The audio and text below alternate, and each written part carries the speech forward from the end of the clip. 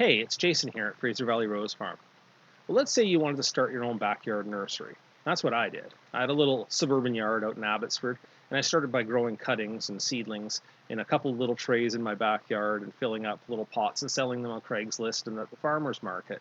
And later on, I got this farm, but I'm still relatively small scale as far as farms go, so I still have to think about my costs and about my soil. Actually, if you're starting your own backyard nursery, it's one of the first things, the very first things that I think you should consider is where you get your soil, what's the appropriate soil to use, and how much it's costing you. I'm going to go through all that in this video. I'm going to go through the different soil types and talk about what you should use both for propagation and for growing on in larger pots. But the first thing I wanted to do is circle back to that cost thing. Because it can be a big deal when you're doing a small nursery. Let's say you started out buying in a bag like this. This is the 18-liter bags that you can buy commonly in the little hardware stores. Now, that one only cost me $7, so it seems like a pretty easy way to get started. And that's how I did start. I got little bags like this, or the next size up, which is the bale like that, and I started potting into that. So this one here, the most common size of pot that I started my plants in is this. This is a 9-centimeter pot, or in the States they might call it a quart pot. And a little bag like this, that's going to fill something in the range of 23 pots like this, right? And now your cost per pot actually comes out to about 31 cents per pot. Not going to break the bank if you're selling your plants for $2 or $3. But remember, you also have to buy the plastic and you also have to put a plant in it. So that can really take a bite out. If you bought your soil in the larger size up, this one here, it actually holds somewhere in the range of 20 times the amount of soil in this bale uncompressed as this does here. And that gets your cost for that 9-centimeter pot down into the range of about 12 cents a pot, which is way more acceptable. But I'll tell you something else. If you start looking around and you go to your landscape supply stores and you get bulk soil and get a decent deal on it, you can probably cut even that cost down in half to somewhere around 6 cents a pot or less, depending on how much you shop around for. So I would definitely recommend you do that. Likewise, the costs on this size pot, which is a nursery gallon pot, actually holds about, in Canada, about 3.5 liters, something along those lines. And the cost in this bag of soil is about $1.30 to fill this pot. In this bag of soil, it's about 53 cents a pot. And if you buy it bulk, you probably get it down to half that amount, so 26 cents or something along those lines.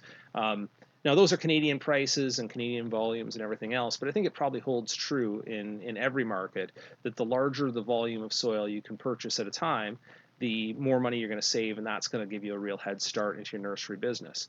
So next I want to show you the different types of soil and what you should be looking for when you choose that, especially when you have to make that decision of buying your own bulk soil. Okay, so I thought I might start out by talking about what goes into soil. Potting soil, that is. Now, potting soil is actually not the same thing as topsoil or soil that's in your yard for a number of reasons. One is that it's a lot lighter. The second is that it's sterile or intended to be made of sterile ingredients. And the third thing is that it's usually intended to drain a lot better than the soil that you find in the yard. So it's not the same thing. And typically they make it out of 3 basically common ingredients. One is peat moss. The second one is, I'm going to call it wood products. It may be composted wood bark or bark chips, it might be composted wood chips or shredded wood of some sort. But that's the second category. And the third one that they sometimes use, although less commonly in this market, is coconut fiber. So those are the basic ones. And there are some other amendments that they put into those just to improve their qualities. So let's start by looking at peat moss, which is, if you look at the 2 bags that I showed you before, these guys here are made out of primarily peat moss that has been improved. So this here, I'm going to see if I can get a good shot on this, is peat moss. Now, you can see about it that the peat moss is very, very fine in texture. It's light, it holds a lot of moisture, and if I wanted to say some good things about it, that's what I would say. The negative things I would say about peat moss is that it sometimes holds a little too much moisture. It's also a little bit acidic in nature, and it's hard to wet. And what I mean by that is sometimes you'll see pots that have dried out, and then you try to water them, but the water just sort of rolls off the top and down the sides of the pot and doesn't absorb into the material. That's because when peat moss becomes very dry, it becomes hydrophobic. So you have to give it a bunch of little small short waterings to try to get the water back into the peat moss. So it has some positive qualities. It's sterile, it's light. Again, it holds a good amount of moisture and actually holds a fair amount of air in it as well, with the downsides that it can stay a little bit too wet and it can become hydrophobic as well. So now let me show you what's in this bag here. And excuse me while I go a little bit savage here.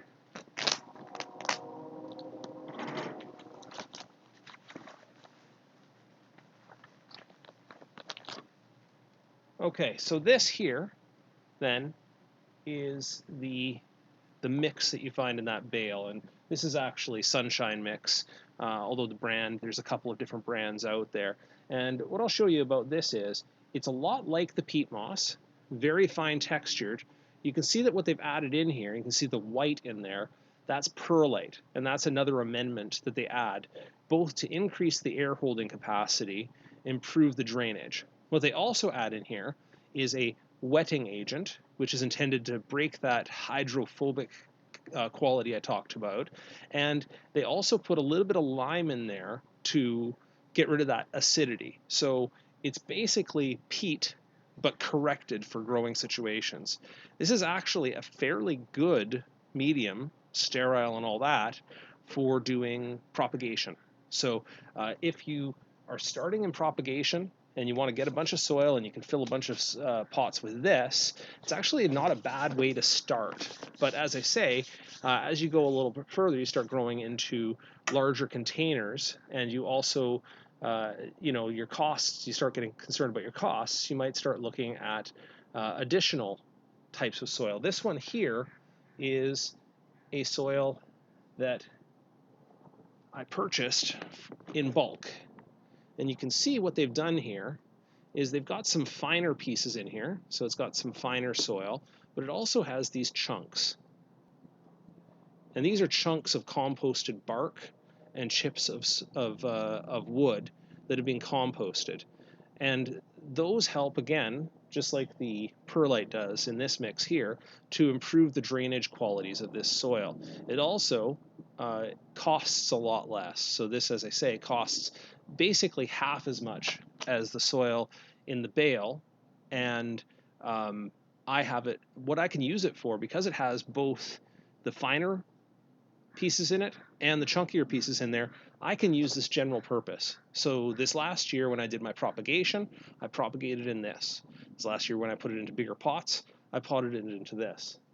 Now you'll find that some growers swear off the, the fines. These are like the really fine textured bits that go into your potting mix. And what they prefer is just to go with these chunky bits of bark mulch and all that. And if you went that way, that's fine. Just be careful of the balance, right? Because if your soil is too fine, then it's going to hold too much water. And if it's too chunky, then it's going to release the water too quickly, and then you'll wind up having to water quite a bit more often. So for me, a mixture of the fine components and the coarser components end up being the right mix that I can use across all growing situations. And like I say, for you, if you're looking for this locally, and this is the hard part about sourcing soil, is this you can find in the hardware store, this you can find in the mass merchant store. You can't find always this specific mix in your local area. So what you have to do is, I would suggest you go down to your landscape supply stores or your local garden center and look at what they're carrying for composted bark mulch or composted, they might call it, potting soil or potting mix, and see what they sell in bulk. And if it has, a mixture of fine material in it and coarser material, if you can pour water into it and you can see it drain out relatively easily, that might be a mix worth trying out. Okay, a couple of final notes I wouldn't mind making here is that when selecting for your bulk soil, you should be looking for something that is well composted. If you're looking for that something and it includes a lot of wood products in it, and it looks like too fresh a color, almost like it's uncomposted, like wood chips or that kind of thing, what will happen is it will continue to break down, and as it composts, it may even rob nutrients from your potting mix. So look for something that is well composted, and you can ask the people at the soil yard about that. The second thing I wouldn't mind covering off is I've been asked questions about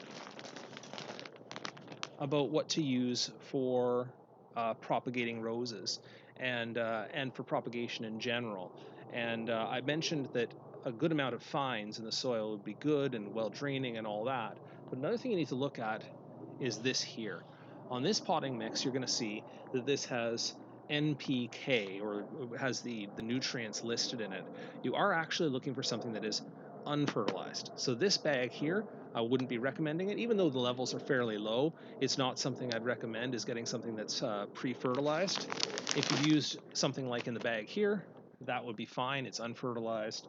Or this bulk mix that I get is completely unfertilized. So both of those would be appropriate for propagation, but stick away from anything that has fertilizer added to it. All right, that should cover off all my points for your potting soils or your potting mix. So if you have any other questions or comments, please leave them below the video. Thanks.